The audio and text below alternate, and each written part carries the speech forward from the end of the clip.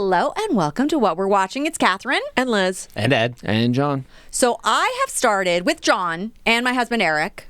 John, are you going to be okay if I just immediately out you that we're watching Fallout? We are watching. Yes, we're watching. We have seen one episode. That is technically watching. What do you mean? You started it. We started it. Right. And we're amazed by it. So I think I can talk about how amazed I am and that we're in. And how much you want to play the video game.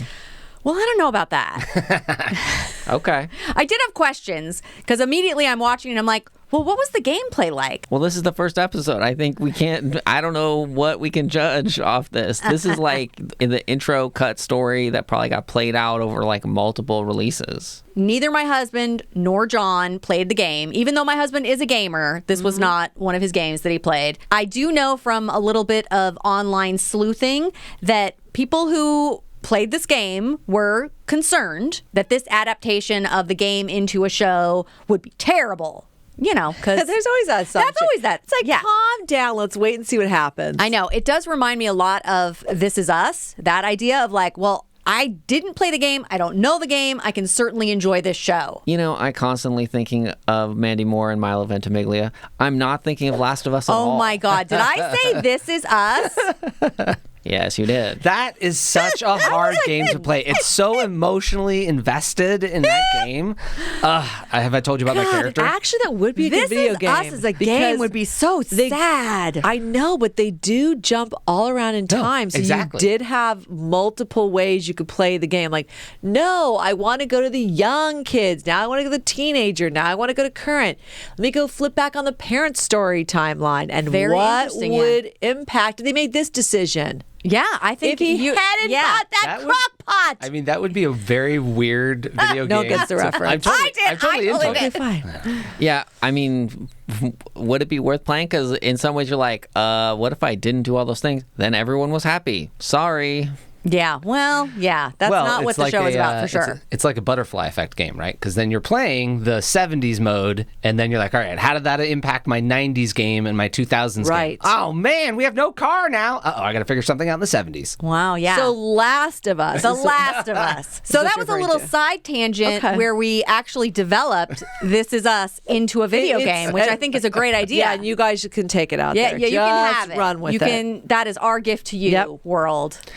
Yeah, I think between Last of Us and Twisted Metal, I did not know what to expect with Fallout. Because also, the tiny bit I did know about the game was like, this sounds totally insane, which seems like it would not work. Yeah. I mean, that is what I kind of heard, that it was crazy. So the idea of adapting it seemed like, how are they going to do that? And then really so cool. I mean, in terms of like, I thought just visually looked really amazing, different storylines in different areas. What, John? You're making faces over there. No, it's just, this is one of those things like when you read a review, because obviously we all do in our newspapers.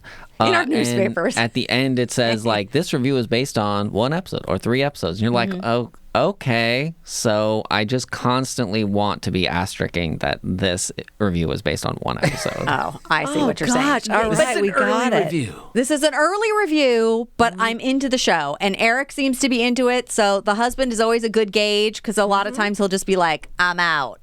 So he's into it. Yeah, because all 8 episodes are available. You could already be done in 2 days. Correct. Or however many days it's been since it came out. Although I really did want to watch multiple episodes last night and I got vetoed because of bedtime. So, I mean, you know, trying to be a responsible person and not stay up until 3 a.m, you know, is a good idea. I mean, but this show, I mean, it is Jonathan Nolan and Lisa Joy. So That was a real surprise when we were watching. Westworld, Yeah. Person of Interest. This is a The serious deal. showrunners that did Yes. Westworld. Okay. Yeah, so that came up on the opening credits, or was it the closing credits? I think it was the closing credits because we didn't notice until the end that it was Jonathan Nolan and Lisa Joy. Or did we? I can't recall. It's been so long, I can't remember. Oh, you are such Wasn't this yesterday? Yeah, that's his joke. It's not a joke. It's true. I yay. cannot remember. What do you want from me? It was already yesterday. I can't remember. Yeah, so it's Jonathan Nolan directed this first episode for sure. And then Lisa Joy is credited as an executive producer. So we know that they're involved in it. And that bodes well. I'm excited because I think they're doing a good job and have proved that they Okay, so can what make is cool it about that those of us Okay. I don't even know what Fallout the game is. Nothing. I've seen an advertisement for it, and Walton Goggins. looks crazy. The character, the ghoul. Okay, you knew more than me. Even I saw a going into trailer. this. That's what I've seen. That's my knowledge about it. So what it's about? It's based on a video game. What's it about? Nuclear fallout and a fallout shelter, and then I don't know. Yes, we skip in this first episode from a nuclear holocaust event in what seems like maybe the 60s. No? When do you think it is, John? It was funny. Eric, your husband, did say it was kind of very Jetsons because it was like old new. Old new, yes. And it was Los Angeles, but not Los Angeles. So I don't But know. not strict 1960s, but some of the styling was 1960s Okay. in terms of like costume or whatever. So there's a big nuclear war, and then we skip forward 219 years. Oh, okay. So there's different groups living in different ways from So what, post yeah. apocalyptic. Yeah, post-apocalyptic. We've got one storyline where they're living in sort of a bunker kind of thing. It reminded me a little bit of Silo, which was a great series that I watched recently. So there's that storyline, and that is starring Kyle MacLachlan and Ella Purnell. And she is great. I love her. She was in Yellow Jackets. She was the friend who Yes. they, spoiler alert, ended up eating. And well, she was dead. Well, she was And they available were for this hungry. series. I mean, like, what are you going to Fine. do? Yeah. Lovely, lovely young lady, and she looks great in this. So I'm excited for her because I like seeing her do other stuff after Yellow Jackets. She was great in that. So there's that group, and they, in this first episode, some shit goes sideways, and their whole system gets all mucked up. Okay. And then there's also like a weird, like, religion military group that's really interesting, and they have some kind of mechanized soldier that they are like working with. This mechanized thing is the Brotherhood of Steel. Oh, the Brotherhood of Steel. Okay. So you have that group. And then you have what you referred to, which is the ghoul character, which I'm not sure where that is all going, but that's really. He looks yeah. like he was burned in the nuclear war. But if it's 219 years later, you are not far off. Fallout, so it's probably just long-term affects of nuclear fallout, right? Well, he I is- just grew up in the no-nose hills of San Francisco. That is the same actor. So he was in this initial nuclear whatever, and now he's been living mysteriously and A really long ghoul. time. Okay. Yeah. So we're not sure what's going on with that character, but Okay. he's going to be apparently a force to be reckoned with because he is now. Walton, are his teeth in full effect? They are kind of. I don't think his teeth have been negatively impacted by this. Thank God. Do we think he's going to have allergies at some point that he's going to have to deal with? Eddie Gross. No, his nose is not an issue. Okay, but good.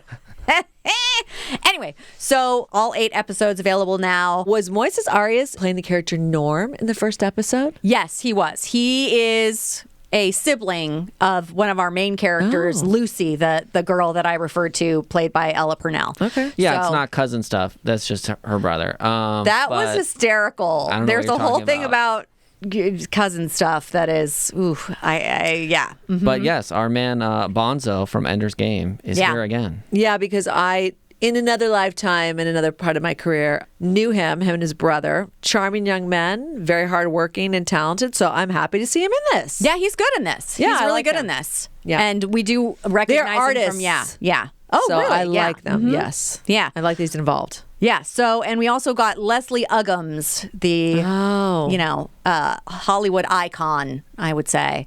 So it's really off to a great start. And some people listening to this or watching obviously could have watched the whole thing. And I'm jealous but now I have it to look forward to. What, John? It's going to be great. You don't have all the time in the world. Take I it know easy. that's true. That's true. Okay, so the other thing I'm watching is Loot season 2, which is Maya Rudolph's show on Apple TV right, Plus. okay.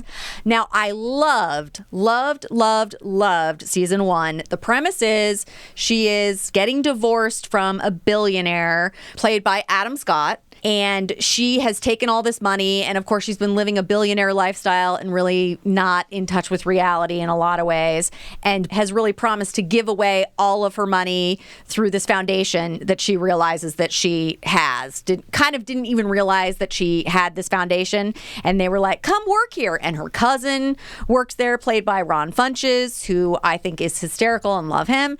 And then also the main person who runs the foundation is played by Michaela J. Rodriguez, or MJ Rodriguez, and she's great. She's very intense and serious about this work.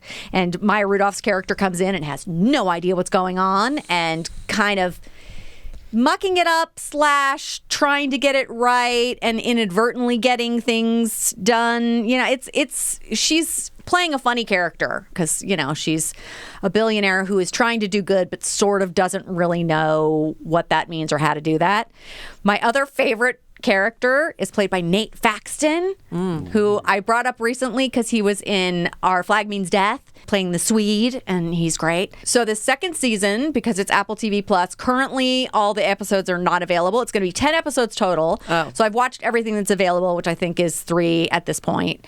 And they are going kind of a more, I don't know, like jokier vibe this season.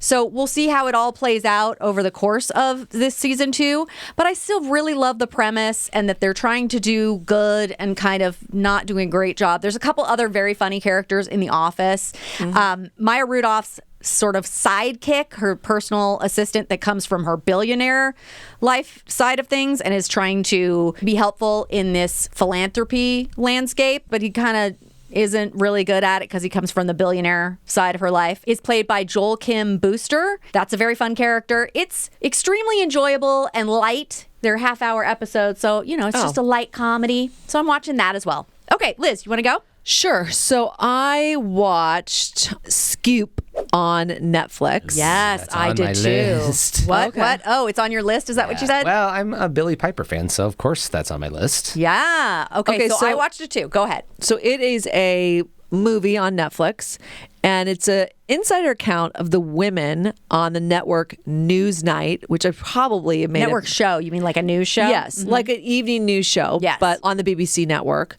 and how they brought the interview with Prince Andrew at the time to kind of discuss his involvement with Jeffrey Epstein and him trying to clear his name and not doing a good job of it. Oh my God. It was fascinating. I mean, first of all, I did not remember this interview. Apparently it was everywhere. I do remember the fallout from it because I remember hearing about Prince Andrew and his association with Jeffrey Epstein. It wasn't an association, and this is where some of the clarification needs to come into. It was a friendship over decades.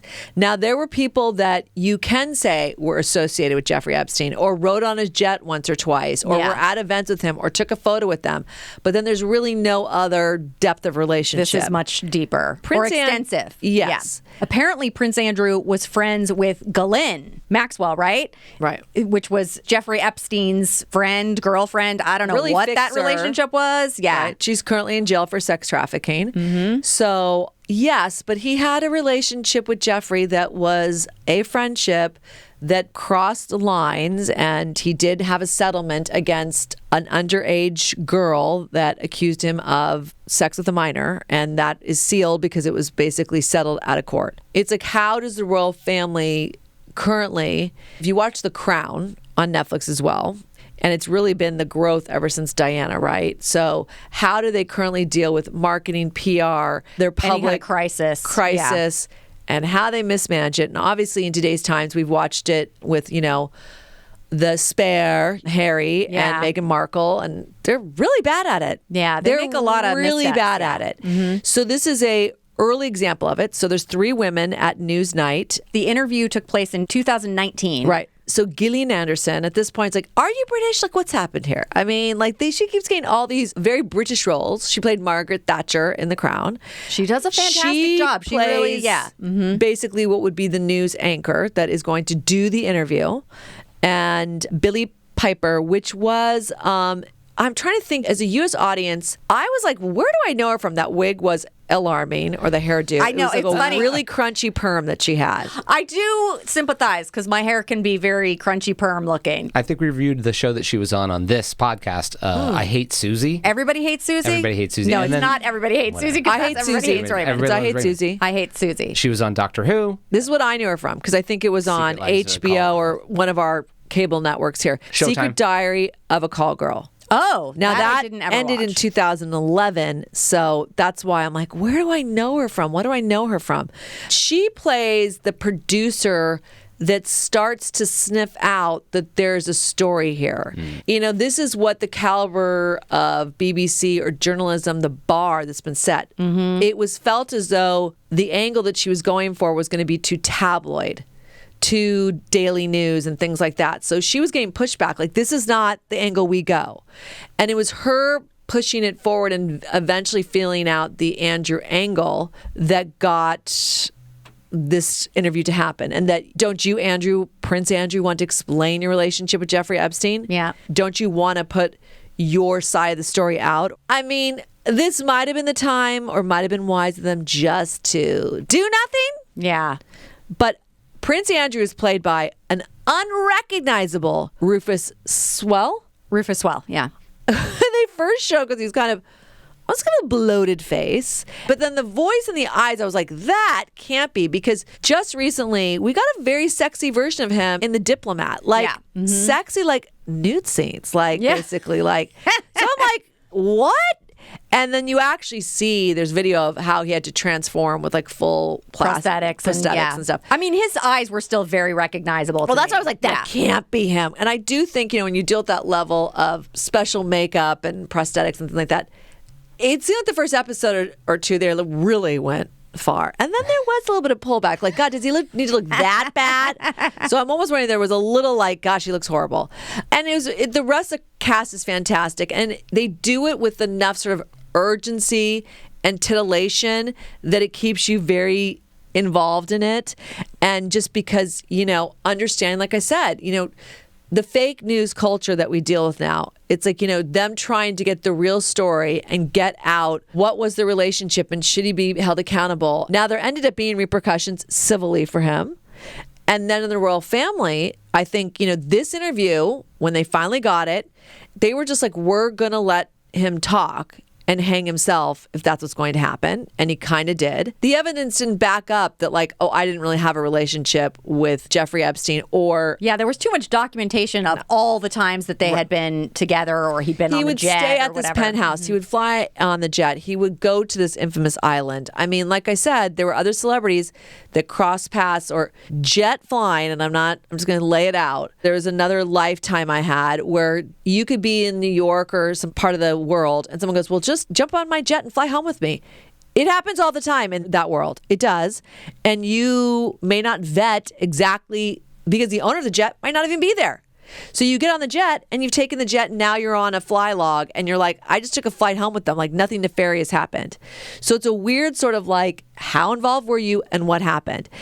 And Prince Andrew had way too much of a relationship and documented where you're like, you couldn't have been this ignorant, because Jeffrey Epstein, years before that, had been convicted of a sexual assault. He had been convicted of something, yes. Mm-hmm. So therefore, take your distance. He's out of your life, which a lot of people then did at that point. They're like, oh, maybe I suspected, maybe I had suspicions, and now that I'm out. No, Prince Andrew went and stayed at his house and tried to say, well, I was trying to dissolve the relationship over multiple days. But I felt I should do it in person. No. Oh, Lord. No. So the repercussions for him have also been at the end of it. Like, the royal family has stripped him of his duties and a lot of his accolades and titles, and we really haven't seen him in the public eye. It really feels like it was fallout from this interview. This was the interview that did it. There kind of should have been. So rightfully so, done properly in some ways. Maybe the royal family then at some point started to handle it properly. So it's just very well done. Excellent cast. It's like an hour and a half. It's like a traditional movie. It's called Scoop on Netflix.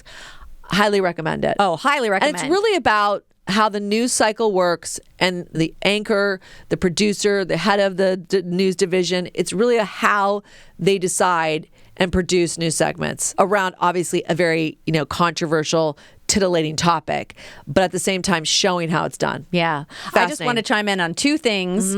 First of all, that this was based on a book. So it was actually this main character that we're talking about, played by Billie Piper. Sam McAllister had written a book about this. So it's based on her. So the crunchy perm.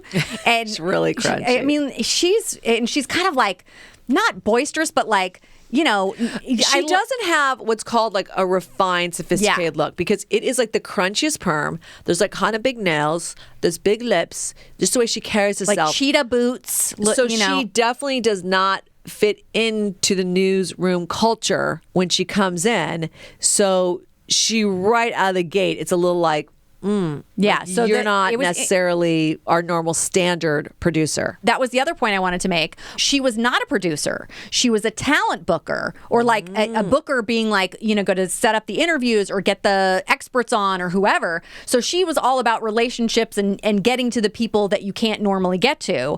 But they didn't explicitly say it, but this elevated her to a producer because she did set this up. She had pieces in place that when the story fell into what they would consider news, and then they were all like, oh, now we do want this interview and think it would be considered newsworthy and not just tabloidy. She was the one who like had that relationship to make it happen and then was in the room when the interview was done. And they did a little behind the scenes relationship of her and her mother that I thought was really interesting. And the mother was like, she's a single mom, and being a working single mom, especially in a news cycle where there are no 9 to 5 hours. Yeah. The mom and her had an excellent dynamic. Amanda Redman plays the mother. Yeah. And it's really, she encourages her daughter to follow her instincts and pursue this. Yeah. Yeah. So that was great. The cast, like I said, mostly British, except for, I don't know how Gillian Anderson keeps getting herself in there. No, she's basically like an honorary Brit at this point. Seriously. She's just in everything. Yeah. Speaking of, okay, so this is going to be a funny connection. So Gillian Anderson is in Sex Education. Now, one of my other favorite characters in this movie is the photographer, and he is also from Sex Education. What an interesting part of the story that he took this picture, and it was like the one picture of Prince Andrew and Jeffrey Epstein like walking through the park, having the two of them together, like because otherwise it was behind closed doors in various mansions and whatever, and you didn't see. This was the picture that really made trouble for Andrew. And I love that character, I thought he did a great job, and it was a funny little connection that he's also from Sex Education. So his the name two is of them, Connor Swindles. Yeah, Connor Swindles. He was also in Barbie. I called him out for being in Barbie. Oh. He was the one who worked for Mattel, who's like running through the office at one point. Anyway, he's great. Oh, right. Okay. So I also highly, highly recommend. Yeah, loved it. Just so you know, Gillian Anderson, born in Chicago. Yes. Then, soon after birth, whatever that is, 15 months in Puerto Rico. Then she was in London until she was 11. Oh, international. So yes, this is why Isn't she's she also married to a British director too? That's part of what's going on Peter here. Morgan, very all up in. I mean, yeah, that's may have something to do with the Crown television show. Yeah. But then also look, Order of the British Empire. So she's for real. For realsies. We're going to give her all the credit then. Perfect. Okay. Yeah, she's doing a fantastic British accent all the time. Great job. Yes. I think people are actually more surprised that she's American than us, knowing her from X-Files and whatever, and being like, what do you mean? Why is she doing all this British stuff? Other people are like, what do you mean? She's American? Yeah, she is. Actually, if you are a certain generation and don't really know of X-Files. Yeah, you don't know. Yeah, you don't know. You almost assume at this point she's a British actress. For sure. Okay, so I am almost done and watching Ripley on Netflix, which is a TV series. We of a certain age or of any age, you should have knowledge of The Talented Mr. Ripley, which was released in 1999, which was based on a book by Patricia Highsmith.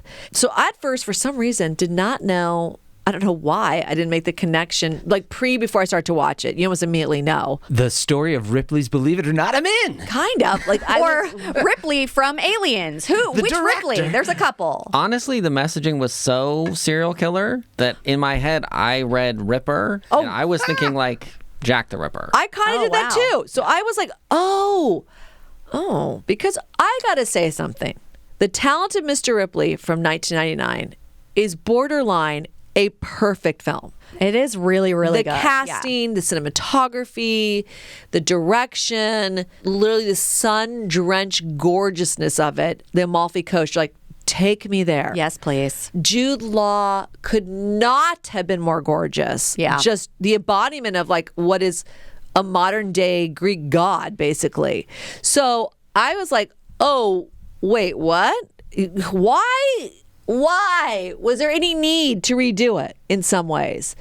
So it's shot in black and white. Basically, this is a noir version of it. Very noir. Yes. Well, look, I could be doing this too early, but what we may not have realized is this is a series of 5 books about this character, and there have been many adaptations, including a 1960 French film, Okay. and then 3 other movies about other books in the series, and there's also 2 television episodes about this first book, Talented Mr. Ripley. Crazy. Well, wait, just so you know, John and I are watching. I had nothing to do with this. Okay. Well, all right. Technically, my husband and I are watching. And then yesterday, John was over and we watched 2 more episodes. So John kind of like sideswipe moved in. Okay. But doesn't not count. his own decision. But what I will say is some of these other adaptations, we did get Dennis Hopper and John Malkovich as this character. So What? you might have to go look that up. I did not know Interesting. that. Okay. Okay, so Ripley, like I said, is the Talented Mr. Ripley. Wait a minute. He is the titular character. Oh, God. Okay, sorry. Oh, cringe. I know. It's the worst word ever, titular. Sorry, Okay. go on. And basically, Tom Ripley is a con man, down on his luck, living in New York in the 1960s. Yep. And he gets this opportunity to go help a wealthy family find their son and hopefully bring him back to work at the family factory, to carry Build on. boats or whatever, yeah. Basically, the dad's like, I need the heir apparent to come back and run the company. Stop, gallivanting all over Europe. We accidentally gave him too much money and now he doesn't need to come back. Right. And Tom Ripley, who has got the IRS on his heels and other potential government agencies and God knows what else, decides to sure, I'll take this opportunity and get out of here. Like I said, black and white. Tom Ripley's character is played by Andrew Scott, and we just recently talked about him on the podcast because I reviewed that show, All of Us Strangers. Yeah, All of Us Strangers. Highly recommend that. And then some of you know him from Fleabag. Fantastic. I think the 2nd season he comes in.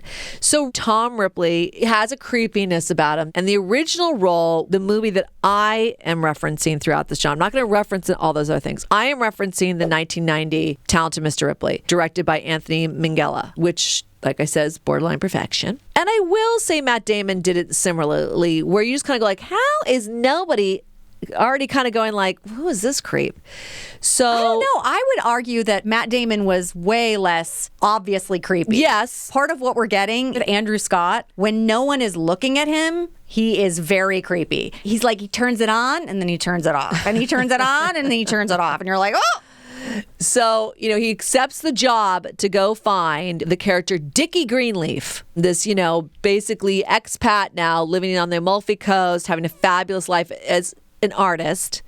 Not God, the talented one. That was a great scene where he showed his so art. And he's great. like, oh, listen, you're not good. It really was funny. It And really was funny. He has Yeah. a girlfriend that was originally played by Gwyneth Paltrow. Once again, in color, was so stunningly gorgeous that you're just sort of like, Oh, is that why you're hitching on the black and white? Because you're like, this first movie was so gorgeous and this is in black and white, which the black and white is gorgeous. I mean, there are so many. but show me the Amalfi Coast. Okay, well. Show me the There was a shot that John said, that probably was really pretty in color. Well, it was just like a bay. It was Right. there was something nefarious happening, but otherwise it was a beach and a bay. That was like that would be a lot prettier, not in black and white. Yeah. Right. So Dakota Fanning plays that part in this one, and she immediately senses. She's on it like She doesn't like him I mean, immediately. yeah. Right from the beginning, she Yeah. is suspicious. Who Okay, just this guys guy. shows Yeah. up. Don't be suspicious. Don't be suspicious. Don't be suspicious. Oh, she's suspicious. But he's trying to be charming, Mr. Ripley. He's Tom. He's trying to, because he gets there, and that is one of the undertones of the entire story of jealousy, of wanting you are envying someone else's lifestyle or who they are, or that they have this carefreeness about them because what wealth gives you, and education and the particular background you were brought up in. And that's really, the Dickie Greenleaf character, who's played by Johnny Flynn, who's British and like a British musician as well. No clue who he was. I'd never seen him. Once again, I'm sorry. Comparing to Jude Law, it is like almost a crime. I mean, like I go like, he's good. He's good. It's not fair almost. I just stop myself so many times where I'm like, I got to go back and watch I got to go back and watch it. No, don't torture yourself. Get through this as its own thing. I think that's the best advice, as its own thing. If you've not seen the 1990, don't go watch it now. Don't go watch it now. Yeah. Wait. I will say, I almost said this and would have been entirely wrong, but that almost feels like a Merchant Ivory movie. It is not. No, it's not. It doesn't have any crossover with those two producers and their company. He did, however, also do the movie right before 1999 was 1996, The English Patient. Oh, I mean, come on. Which is, Katherine, you're right. Better off you just watch this Mr. Ripley in the all noir black. Just called Ripley, yeah. Mm-hmm. You just watch this Ripley, thank you, in all its noir weirdness. I mean, it's so well done. And then don't even think of the 1991. Yeah, that's its own thing. Oh my gosh! Well, this also pacing wise, so methodical because and slow. I have to call out something. Okay, here. what? And it's a comparison, so I'm going right back on my word. One of the greatest instant coming in a scene, owning it. Who the hell is this fucking actor? Philip Seymour Hoffman. He comes on stage, the character as Freddie, who is a friend from the States, who is buongiorno in a convertible, and also like the fat American in some ways. Like, he just comes in and just takes over the scene in the original movie that we're talking about. And he is very much immediate, like, who are you to Tom? Why are you here? I don't get a good vibe from you. I'm going to push you aside. Incredible. I'm not going to tell you how it works out with him, but he is so incredible in the original. So that is a small role that somebody took and made it iconic. So you are like, who is going to come in and play Freddie? The initial intro was so weak. I'm sorry. It was...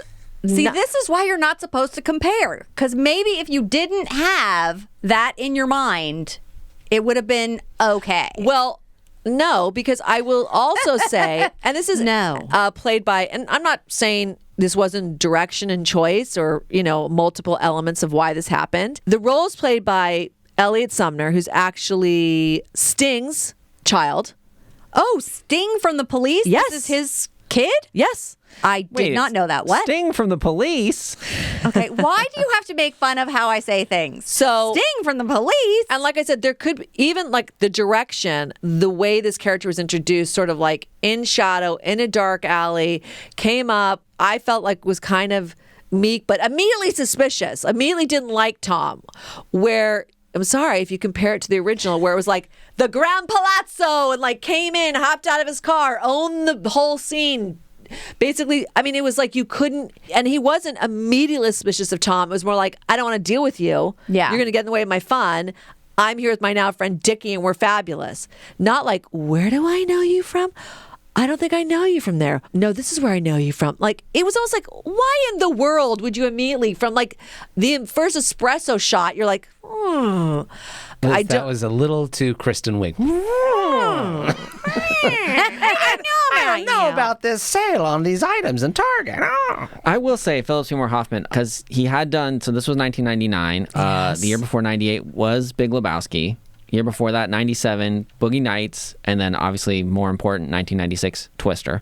What a roll. He was on a roll. But this was a different version of Philip, where it was a kind of a more normalized, not unchildlike, but like, instead of these like real characters that like, who is this guy? It was like, this is also just a charming, normal, fantastic person. Okay. I mean, look, as if I was making that judgment call at that time, but... And this is written and directed by Steven Zalian. He loved the material. So I get it. I mean, it is such an interesting character, and to know there's more material about Mr. Ripley and more books, it's awesome. Because actually the way the movie ends, the 1999 version, it can go on. Yeah. Because he's in a sticky situation when it ends. So I think your advice is the best, to watch it unrelated to the 1990, and don't watch that before this. Yeah. If you can avoid it. If you can avoid it. Otherwise, I do think and I would even give it the character of Freddie, played by the Elliot Sumner, probably would not bother me as much if I wasn't comparing it to Philip Seymour Hoffman. So it's on Netflix. It's just called Ripley. It's very 8 episodes because it's a limited series. Yeah. Very noir. Very noir. I still will say, just like you, John, there are moments like, I want to see the Amalfi Coast. Can we see the gorgeous sun-drenched and the cobblestone streets? And, because in the original movie, Jude Law, this is before self-tanner, really, people. So I don't know if it was body makeup or what. His sun-drenched skin was so... and epitomized just the lazy lifestyle he was living. And then when Tom Ripley arrives, in the sense of Matt Damon, he's so white, it almost showed working class versus high class constantly on vacation. It is nearly impossible to get that in the noir. So there were so many subtle things that happened in color that we're missing some of it here. Yeah. So, yes, don't compare the two. I unfortunately did that this entire time, but... Well, this director-writer, Steven Zaillian has a fantastic career, and this is actually a little different than a lot of the other things. As a director, there aren't a ton. It starts with, out of the gate, Searching for Bobby Fischer. What? Oh, one of my favorites. The next director was a Civil Action, and then All the King's Men, and then he recently did that HBO show, The Night Of, which was fantastic. Yeah, you watched that with Eric, right? Oh, it's so My good. husband, It's so good. But then otherwise, he's also just a writer. So Schindler's List. There's so many. Moneyball. There's Girl with the Dragon Tattoo, the recent one. But this is a little bit of a different flavor. Interesting. All right, like I still said, just as its own, Ripley, excellent. Do not compare it to the 1999. Okay. Or Searching for Bobby Fischer. Well, yeah, don't compare it to Searching for Bobby Fischer. That would make no sense. Oh, it's such a fantastic movie. It really A is young good. Bobby Fischer. It's so good. So good. Okay, awesome, Liz. Thank you. All right, Ed, you want to go? Of course I do. Although we've breached a different topic with Ripley, the first thing I was going to bring up is actually a lot closer related to Scoop than I realized, because I'm like, Billy Piper's in something, watch that later, I don't care what the story is. Oh, it's a terrible story about a bad dude, and the news. I work for the news, so I'm definitely not going to enjoy that part of it. And the bad story about the bad guy. I watched Quiet on Set, The Dark Side of Kids TV on HBO Max, and I could tell you I did not enjoy finding out Nickelodeon didn't look out for their kids, and the parents didn't look out for the kids, and the producers didn't look out for the kids. There was just a new episode that dropped that had some follow-up interviews, which was kind of nice to give not the meat of the story moment, more of a reflection moment. One of the main interviews in the show is this mother that feels like she had failed her kid, and this latest episode, the two of them talking about that broke open his therapy 25 years later. Oh, I'm like, well, yes, this is a little bit of what we wanted out of this, was some resolution, some movement forward. It's not really actually moving forward. There's still a lot of the bad actors in this that are around and, maybe working and worked for way too long past the point at which they got caught doing stuff. So not a great, fun story, but more like a good news, unraveling. Like Vice used to kind of do big stories like this. This felt like that level of storytelling and expose. So I'd recommend it, but be, open to the fact that some of your childhood actor favorites may not have been having a great time on the set. I haven't watched it because I'm a little bit scared too. You're a lot closer to it than I am. You had a kid that probably watched a bunch of these shows. I watched a bunch of those shows with her, yeah. Absolutely not participating in any of this Nickelodeon stuff. I'm like the generation before that, and even not even the generation before that, because there's a whole round of cartoon stuff that kind of took over, and I'm more of the Nick at Night generation. I watched the old shows that didn't have the stories of these problems. There were probably terrible things going on in Different those problems, shows, yeah. other things. But yeah, so this was I've seen the aftermath of those child actors. Their lives are not going well. They have not made a career out of that. And you drop them off a cliff at 16. Solid move. Thanks, Nickelodeon. Yeah. Well, I mean, we as kids, born and raised in the San Fernando Valley, and we've talked about this on our other podcast, Family Dynamics, especially the first 4 of us, were all in the industry as kid actors because our dad was an actor. And it was basically like, do you have any kids that can audition for this role? Because no one It didn't even count as nepotism back then. It was just like, it's easier if they're related to you. You have skills. Maybe they can act. Yeah, Oh, they and can't, can you then be just bring quiet. them? Yeah. Nobody flew in for pilot season from Arizona. Right. Like, it did not exist. So very typically your parent was in the industry somehow and you lived in LA or New York. So that was like Broadway, and LA was like television, film, commercials. Our dad, a lot of commercials. I was actually just on a walk with her sister today and we're talking about your Aunt Jemima ad. Aww. And Williams. That I did with Dad. Yeah. So that was very typical. Now, because I watched some of this as well, one of the things that was different was there wasn't a network devoted to that type of programming. So you had it so consolidated and so many kids. It was like, yes, most networks had television programming dedicated to a younger audience, but it wasn't like Part of their programming block. Right. Yeah. Many different kinds of programming. Right. This was so different. Nickelodeon, the Disney Channel, and then a couple were created where it was like the entire platform of that channel was all preteen, teenager programming. So if you were a pedophile, this was a great place to fucking work. And you weren't protected because, like Ed said, a lot of times parents were like, okay, their 12-year-old kid got a part on a show, and whether through manipulation or circumstances because your kid's back home in South Carolina or whatever, or manipulation by a producer, you kind of left your kid there. Yeah. And there just wasn't the oversight because the industry was used to financial abuse of kids. It wasn't as heard, even though Shirley Temple and certain people come out and told stories about like things like that, but it wasn't as widespread. So most kids of our generation, the horror story was these kids earned millions of dollars. They were on network TV shows or movies, and they became adults and they're like, where's my money?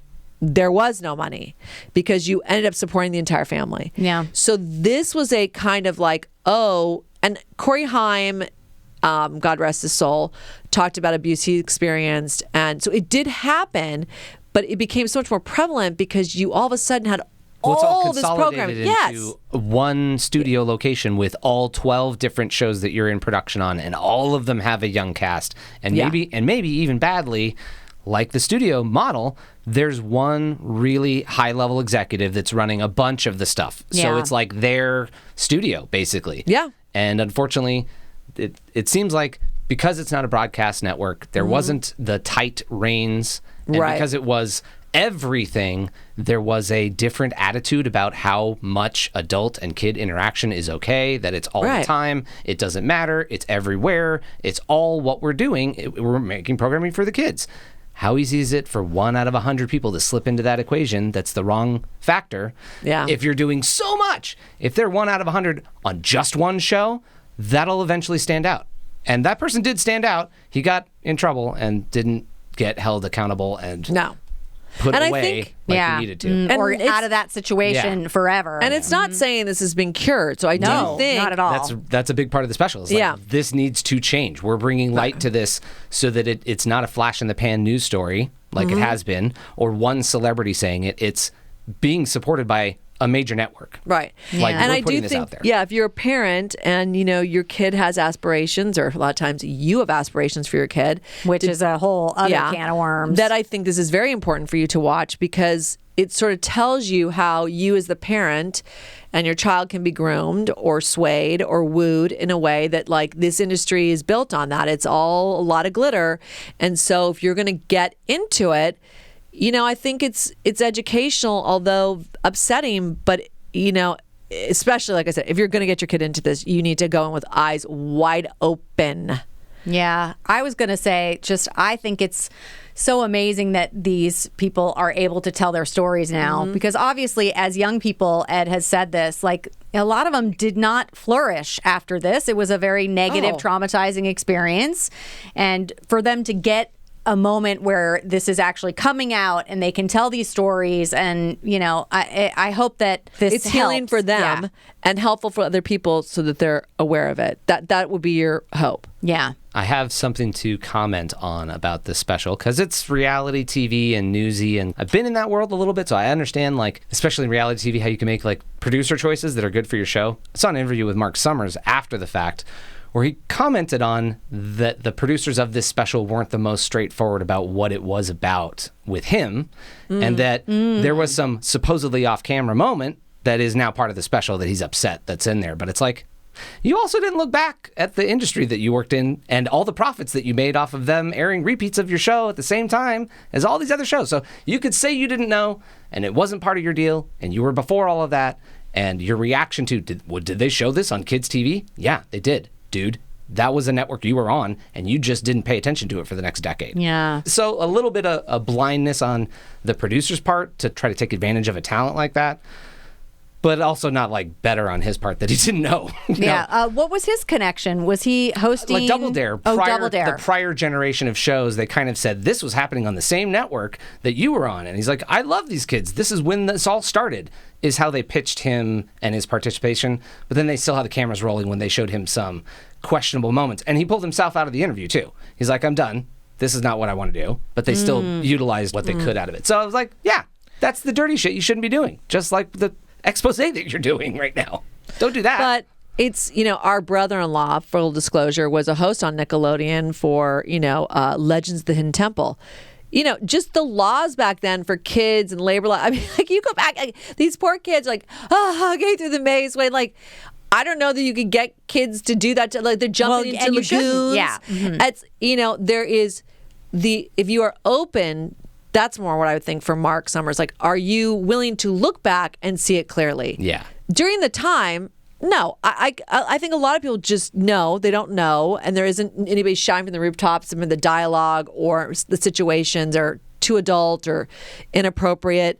So it's like, in the context, was it fine? Probably not. But you didn't have the knowledge to know. But looking back, you can evolve. Yeah. And like I said, I do love Legends of the Hidden Temple because these kids will get through the worst thing. They're like, and you won a, BMX bike worth $150. That would be an amazing prize. I mean, sports camp was truly no, it was Space camp. Space camp was truly amazing. That was the big win. But they'd be like, you get a carton of Bubblicious gum. It's like, what? I mean, so these kids are like, like, thank God. Like, well, let me also just say, I did watch. I'm slightly after Ed, but slightly before these shows, I did watch All That, which I think is the beginning of this era, so that was not good. But these previous shows, including Legends of the Hidden Temple, I have seen Space Camp as a prize many times. What I did not understand is you do not go to NASA, so it's not as cool as I thought it was. where do you go? What? Are you not aware of our nieces? They just go somewhere in like Palm Desert or wherever. I thought you were going to like Florida. You might be going to Florida because they probably have another one over there. It's not at Cape Canaveral.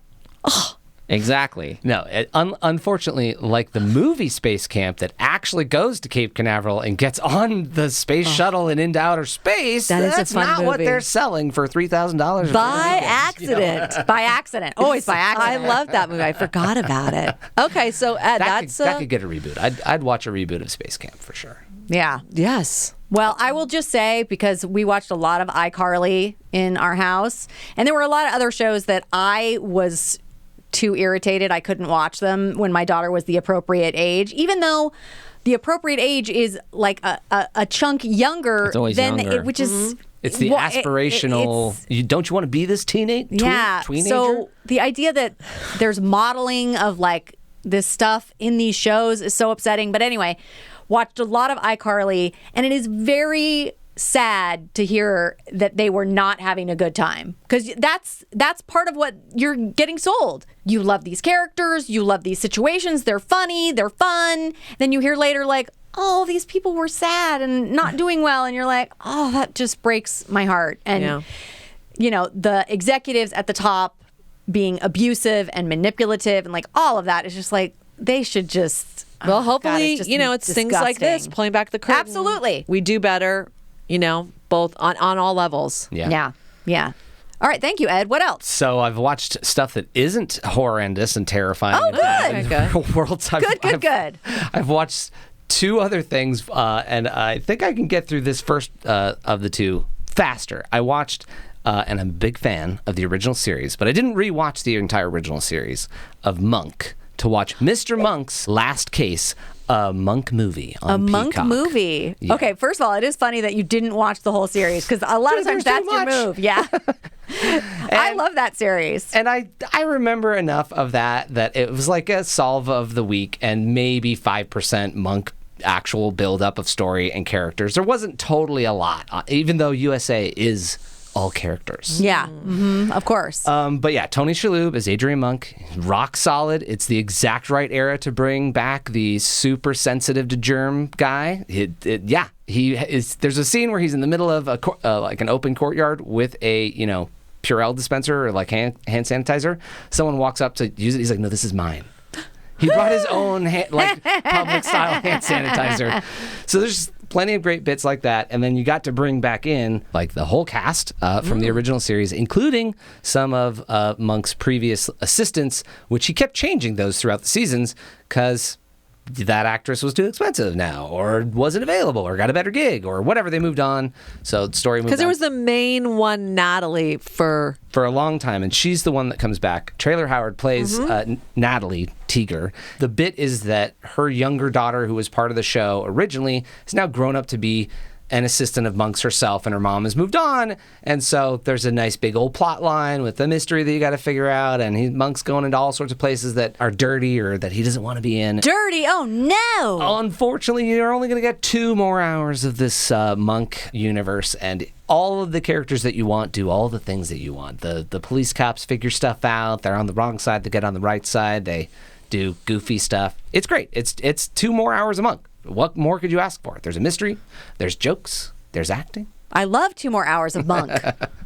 All right, so that was a quick visit to Monk, because the other one that I had for the podcast, I actually didn't seek this out myself. I got a recommendation to watch this from our Facebook page. A fan said, "Hey, would you guys watch something if I recommended it?" I'm like, as Knack Entertainment, I am responding, probably. What are you interested in? What do you got? And so Nick Opolowski asked if we would review the Royal Rumble. And I'm like, oh, okay, well, that's coming up like soon. From WWE. 1990. Oh, hey, what? Okay. The third Royal Rumble. And I'm like, well, that's a really specific one. And now I'm kind of like, okay, so this is a special request. I'm absolutely going to do this because this person has made a request for us to watch it and review it. I'm like, I'll do that. This is Ed. I'm specifically replying to you. I'm going to watch that for you. That sounds really cool. I like that you made a request. You're going to get on the show from that one. So weirdly, I didn't actually know that the WrestleMania, which, WrestleMania from Groundhog Day, that was coming out that weekend. And so I ended up tuning in at roughly the same time as the real WrestleMania with The Rock and everybody else that happened this past week or so ago. I was watching the 1990s, and honestly, it did not disappoint. Between telling you that I had the 2 real newsy, bad news stuff, and then the very fakey worlds of Monk, excellent, and then the somewhere in between fakey and real wrestling worlds, it was everything I wanted out of a wrestling match. I don't want to see The Rock doing wrestling again. I'm over all of that. I've smelt what's burning in the kitchen. Oh, my Lord. But I will. Well, he's retired 5 times, too. Exactly. So I'm like, I'm good. No, you don't have to go back. I'm not one of those fans. I'm a fan of all the acting and the comedy since then. That's fine. But watching this with just because, so the premise of a Royal Rumble, if you don't know, and there was a solid 5 wrestlers at the top. I'm like, who the fuck are these guys? Oh, right, they do bullshit at the top with people that you've never heard of, and the 2 goofballs from backwards country. And you're like, right. I don't know who those are. Oh, the characters. Yeah, they do a bunch of character fights at the top. So there's some matches that are just one-offs, and then they got into the Royal Rumble. And the Royal Rumble is every 2 minutes a new wrestler comes out, and it's a brawl. Everybody for themselves or team up. And as long as you don't go over the ropes, then you're in. You can go through the ropes, and that's just, time out, basically. You have to get your way back in. But if you go over the ropes, you're out. Man, the first guy was in for 15 of them. He stayed in so long. It was super entertaining to watch because it's 1 billion years old, and it's almost every wrestler you would have ever heard of. Legitimately from that era, everybody was in it. Wow. Everybody was in it. And who? I'll just rattle off all the names because it was so much fun to watch all of these now either past, sadly, or way into a totally different life. Oh my God, I thought you were going to say way into a total diaper. No, I'm no. like, what? Some of them maybe. Some of them are I was quite like, old. where are you going with this, Ed?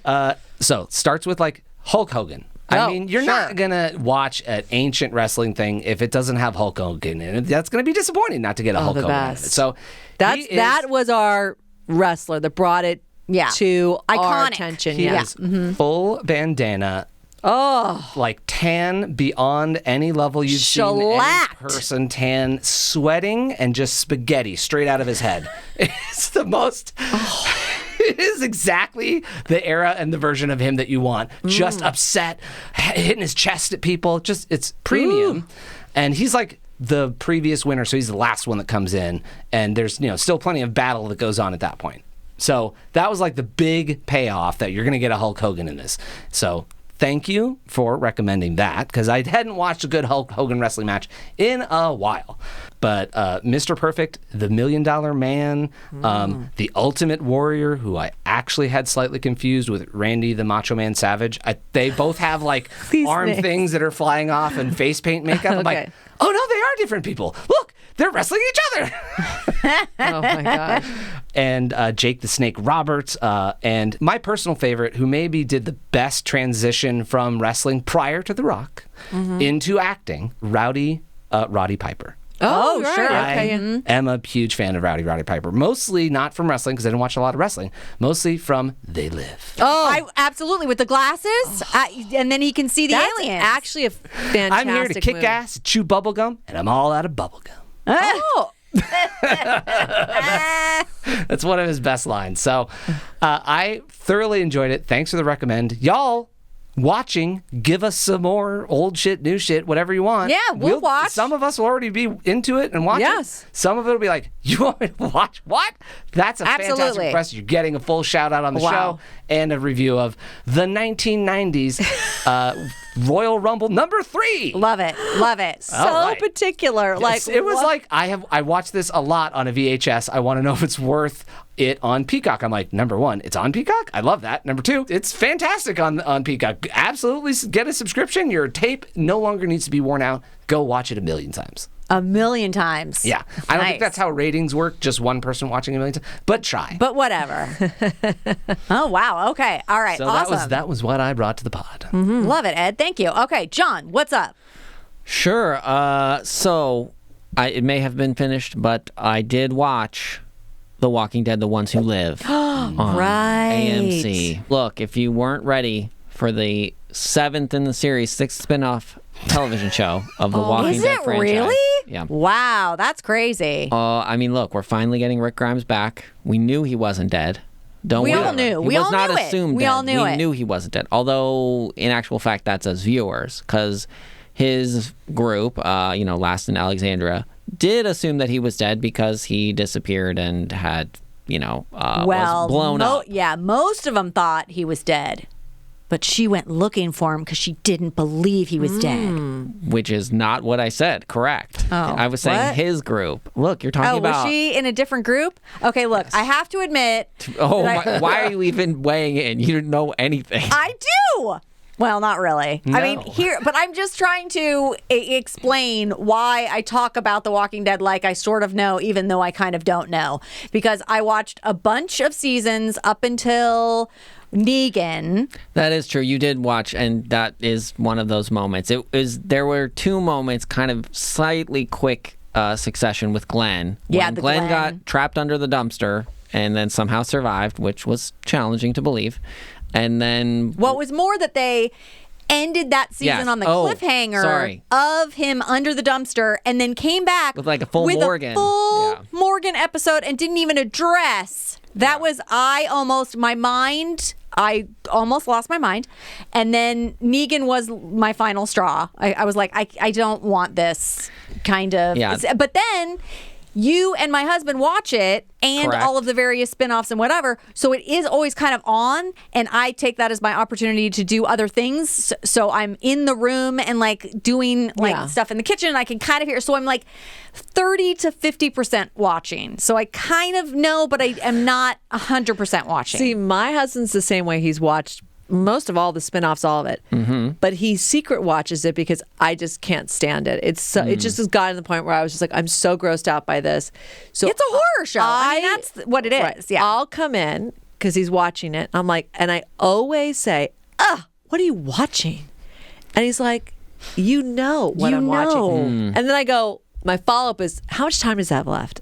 And it inevitably has like 40 minutes or 30 minutes. I'm like, I can't do it. Would you leave him alone? and I let him know. watch a That's why I'm television awful. show? So I didn't even hear of the walk. I saw it on our record, The Walking Dead, The Ones Who Live, but I didn't know it was a whole new series. Well, it's interesting because they have been doing a lot of spin-offs, but then they Correct. haven't been committing to do like a whole bunch because they did that anthology one. We watched all of those. There were only 6, if I'm Right. remembering I correctly. think you are. And then, I mean, there's been at least 2 kind of like full series. Yeah, because there Spin-offs. was Rick and Maggie, and then we had Daryl Dixon, Book of Daryl. But or Book whatever. of Daryl felt like it was 8 or so episodes, and it was kind of a short run. The number of episodes does not matter, Catherine. Oh, okay. It matters to me. I know it does. But yes.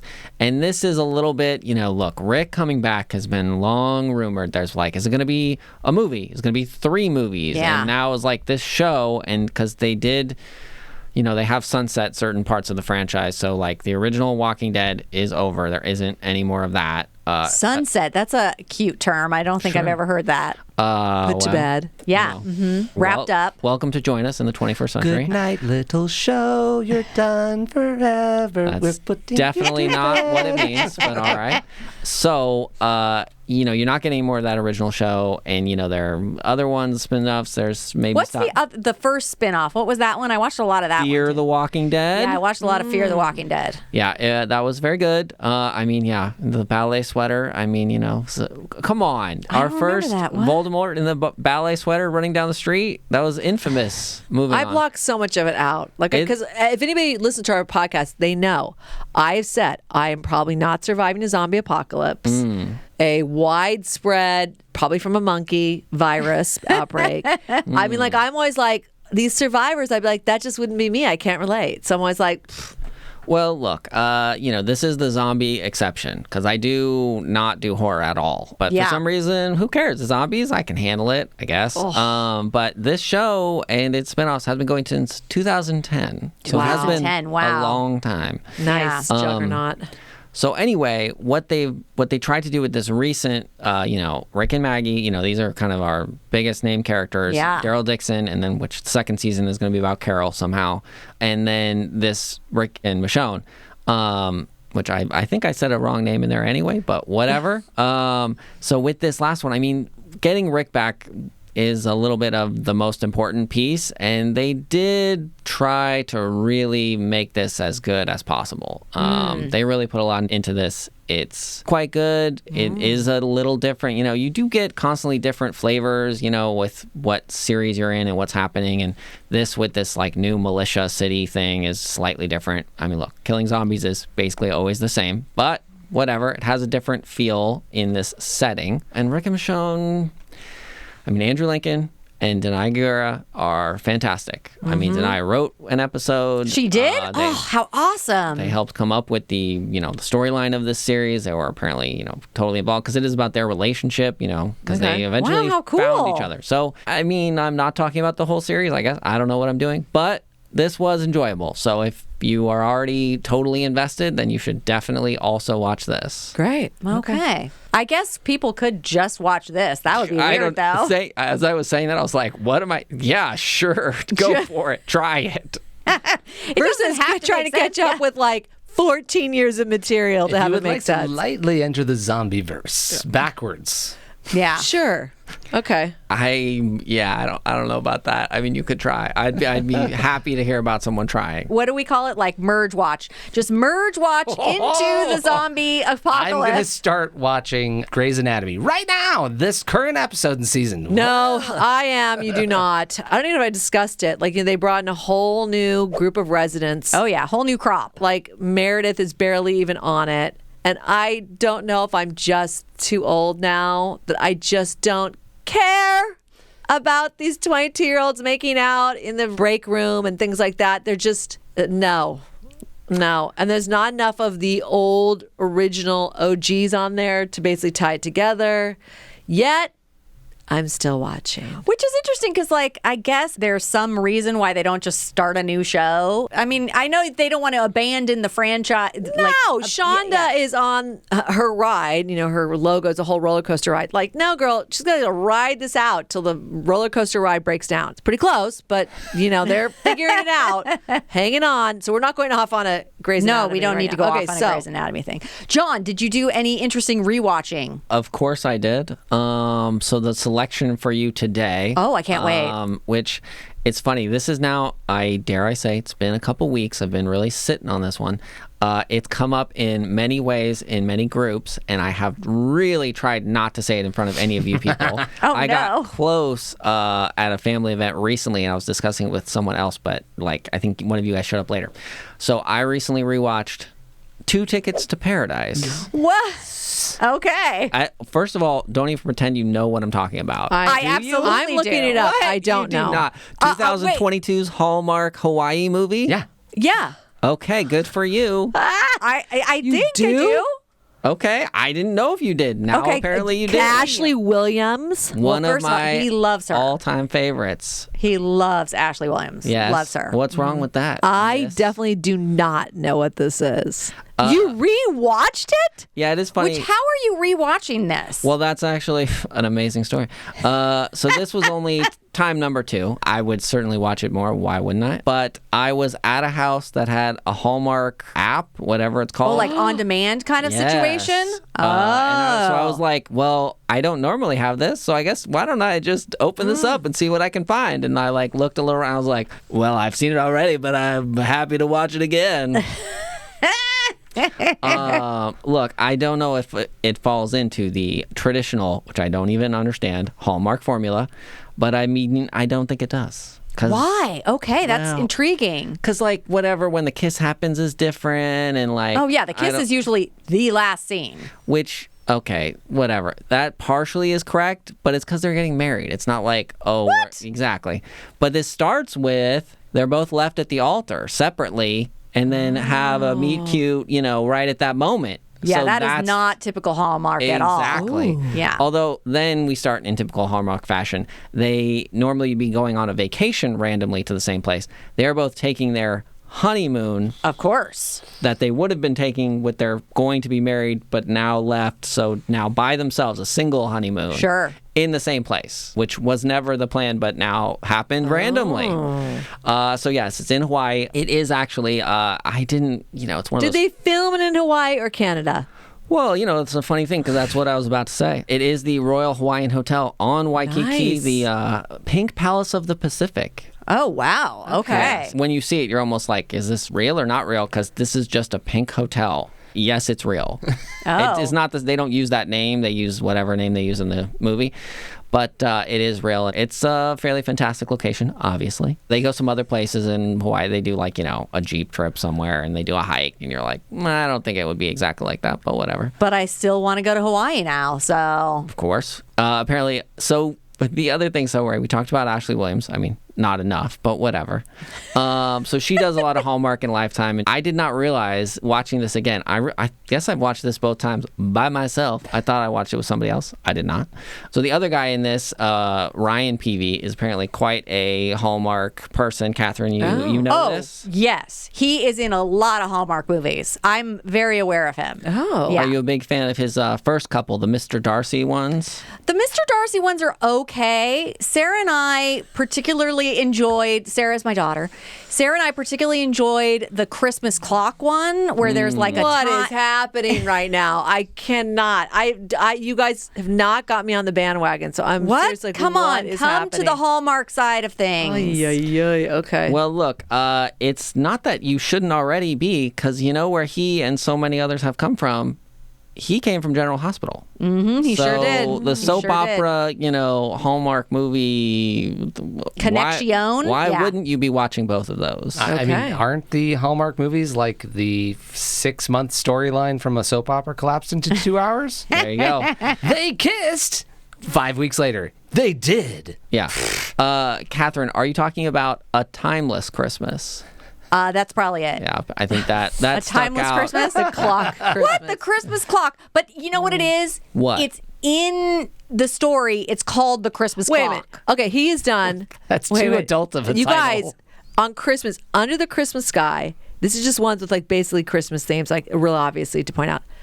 Under the Christmas Sky, Hope at Christmas, A Fabled Holiday, Coyote Creek Christmas. Oh my gosh, did they adopt a coyote? What happens there? Christmas at the Plaza, A Timeless Christmas. I mean, Christmas at the Plaza is also wow. very good. What? What is happening? think Okay, I is- cannot. I think that might be the classic example of, the. Unfortunately, I did actually look up a little bit about the Hallmark formula, and somehow I got on this thing that was like, well, sometimes you get an idea where like someone posted a photo of like at the Plaza Hotel, and they're like, yeah, let's do it, and then they made up that movie to fit that thing, which is apparently how the Hallmark formula works. You're like, how do you almost come up with the like tagline or whatever, and then backload in how you get really there. interesting. Okay. Hallmark, And he I also did. hope you're listening. Christmas in Hawaii. Yeah. Oh, okay, there you go. We'll help write it. Yeah. Oh, yeah. Well, I did live off Christmas in London, so it seems like a natural, progression. But just announced, just announced. Hallmark star Ryan Pavey. Sure. might, and I love might, take an acting break after getting a bitter taste from recent acting gigs. Oh, no. What? I did. In looking him up, it was like the last credit is last year, 2023. I was like, I don't know what's next. Interesting. Oh, quote, sadly, no word of a Hallmark film. I might take 2024 off from filming unless the project is with friends. Oh. You're going to get probably another gig. But he says, the last 8 months of life in this industry have left a pretty bitter taste in my mouth. I need some time away from a world so full of fake friends and empty promises. What? This is earth-shattering. Well- What is happening? Look, I would be very sad because this was, apparently one of his last 3 projects. It was the third to last project so far. So hopefully this was not one of them. This is most back and forth. In his third post message, he revealed he would happily do another film if the Hallmark executives wanted him on board. Okay, dude, what is happening here? Do you just not have it lined up when you're playing hard to get? Like, what is happening? So what's really exciting is he does his own surfing. And that is basically everything I have to say. Okay, well, but you obviously enjoyed it on the rewatch. Between Why our wouldn't I? Of course. Royal Rumble and this Hallmark movie, I'm like, what is happening? There's some good craziness All right, going so on. let's Let's wrap do it up. a recap-ola. Yes. All right, so I am watching Fallout on Prime Video and also Loot on Apple TV Plus. And I watched on Netflix Ripley and the movie Scoop. And I watched Quiet on Set, The Dark Side of Kids TV on HBO Max, Mr. Monk's Last Case, a Monk movie on Peacock, and the 3rd annual WWF Royal Rumble Battle from 1990 on Peacock. Recommended by Recommended by Nick Opolowski. Awesome. Thanks, Nick. Thank you, Nick. Yeah, thank you, Nick. I watched The Walking Dead, The Ones Who Live on AMC, and 2 Tickets to Paradise on Hallmark. Okay, so that's it for this episode, and thank you for joining us. Thank you for listening or watching, and you can follow us on all of our social media at Podcast Watching. And that's it for this episode of What We're Watching.